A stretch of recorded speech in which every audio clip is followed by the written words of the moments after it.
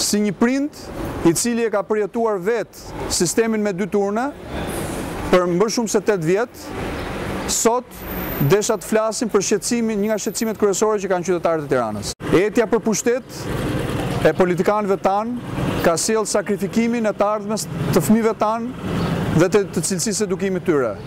Sistemi shkollor me 2 turne është një gangren që qytetarët e Tiranës kanë vite që e përjetojnë.